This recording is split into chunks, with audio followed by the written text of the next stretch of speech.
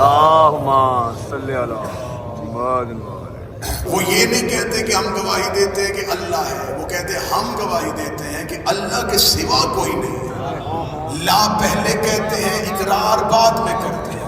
یہی تو مذہب اسلام کا بنیادی فلسفہ ہے کہ جھوٹوں کا انکار پہلے کیا کرو، سچوں سے پیار بعد میں کیا۔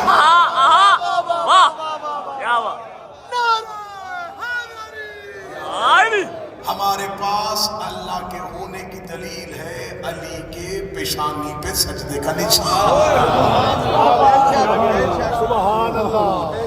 جناب عیسیٰ بول پڑے تو بول کے کہتے خبردار زاہدہ عابدہ بتول معصومہ، خبردار میری ماں کے کردار پہ کوئی تہمت نہ لگائے۔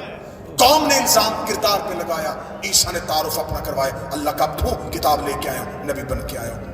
عیسیٰ جانتا تھا جب میں اپنا تعارف کروا دوں گا ان کو پتہ چل جائے گا جن کے بیٹے نبی ہوں وہ مائیں معصومہ ہوں۔ آخری 30 سیکنڈ رہ گئے اور نتیجہ آنے لگا ہے۔ جناب مریم نے بیٹے سے کہا اور عیسیٰ بول پڑا۔ قوم نے بولتا ہوا عیسیٰ دیکھا، قرآن یہیں پہ خاموش ہوا۔ قرآن نے کہا پلٹ گئے، چلے گئے واپس، کیونکہ ہم نے اپنے امر کو پورا کر دیا تھا۔ عیسیٰ گواہی دے چکا تھا، عیسیٰ کی گواہی پہ قوم خاموش ہو کے چلی گئی۔ علماء تشریف فرمائے میں کم میں ہوں، پاکیزہ عورت کے بے دامن پہ تہمت لگانا الکبائر میں سے ہے، کبیرہ گناہوں میں سے نہیں، الکبائر میں سے ہے۔ اگر کوئی پاک دامن عورت کو تہمت لگا دے تو شریعت محمد و آل محمد میں وہ گناہ کبیرہ نہیں، وہ الکبائر میں سے ہے۔ قوم نے الزام عام عورت پہ نہیں لگایا تھا، وقت کی بطول پہ لگایا تھا۔ اس دور میں عذاب آتے تھے، اس دور میں آسمان سے آگ برستی تھی، اس دور میں زمین پھٹتی تھی، اس دور میں پتھر ادھر آتے تھے۔ اللہ نے سابقہ امتوں کا حشر بدلا تھا، ان کے چہرے بدل دیے تھے، انہیں مسخ کر دیا تھا۔ اتنا بڑا کبائر گناہ کرنے کے بعد وہ اپنے پاؤں پہ چل کے اپنے اپنے گھروں کا واپس چلے گئے۔ میں پوچھتا ہوں میرے آقا و مولا، میرے اللہ، تو نے ان پر عذاب کیوں نہیں نازل کیا؟ ان کے چہرے کیوں نہیں بدلے؟ انہیں مسخ کیوں نہیں دیا؟ عجب نہیں کہ آواز پروردگار آئے کہ عذاب آنے کے لیے تیار تھا لیکن ٹل گیا، واپس چلا گیا۔ کیا کیا تھا انہوں نے؟ نہ مریم سے معافی مانگی، نہ عیسیٰ کا کلمہ پڑھا۔ کون سا ایسا کام کیا کہ ان پہ تو نے عذاب نہیں بھیجا؟ فرمایا عذاب آنے کے لیے تیار تھا، انہوں نے مریم پہ الزام لگایا، مریم نے گواہ پیش کیا، انہوں نے مان لیا۔ مریم نے گواہ پیش کیا، انہوں نے مان لیا۔ مریم نے گواہ پیش کیا، انہوں نے مان لیا۔ جو بطول کے گواہ مان لے اللہ انہیں بخش دیتا ہے، جو زہرا کے گواہ جھٹلا دے۔ مریم کی ایک بیٹے نے گواہی، جناب مریم کی ایک بیٹے نے گواہی،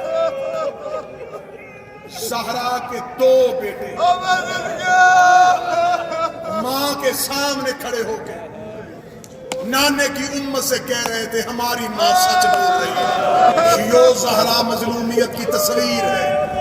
زہرا ایک خاتون کا نام نہیں، زہرا ایک تحریک کا نام ہے، جو تحریک باپ کے جنازے سے اٹھی دفاع ولایت علی کی خاطر، جس نے اس دور کی حجت کا دفاع کیا، جس نے اس دور کی امامت کا دفاع کیا۔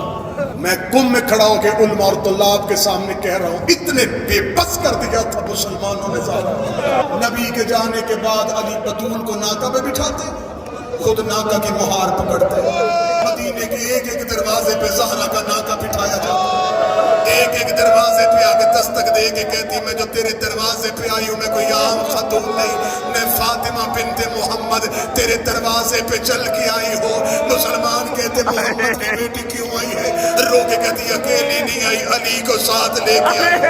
تم نے غدیر میں وعدہ کیا تھا کہ تم علی کی بیعت میں چلے گئے ہو، تم نے میرے بابے کے بعد علی کو تنہا کیوں کر دیا؟ زہرا جملہ کہتی مسلمان دروازہ بند کر دیتے، ایک ایک گلی میں زہرا علی کو لے کے جاتی، شام کو پلٹتے ہوئے علی کا ہاتھ پکڑتی، رو کے کہتی مدینے والے مانے نہ مانے میں گواہی دیتی ہوں اشہد ان علی میں تیری ولایت کی گواہی دیتی ہوں، میں تیری امامت کی گواہی دیتی ہوں۔ آخری رات آئی بطول کی، ریت پہ زخمی تھی زہرا، علی رو کے کہتے بطول مجھے صرف اتنا بتا، تیرے جانے کے بعد میرے حق میں بولے گا کون؟ تیرے جانے کے بعد میری وکالت کون کرے گا؟ رو کے زخمی ریت سے اٹھی، رو کے کہتی یا علی میرے بعد رونا نہ، کیا علی میرے بعد خود کو اکیلا نہ سمجھنا۔ یہ کہہ کے بی بی نے اپنی چادر کا پلو اٹھایا، چھوٹی پیاری سی زینب کو ہاتھوں پہ لیا، روگی کہتی میں وعدہ کرتی ہوں جن درباروں تک زہرا نہیں جا سکی ان درباروں میں میری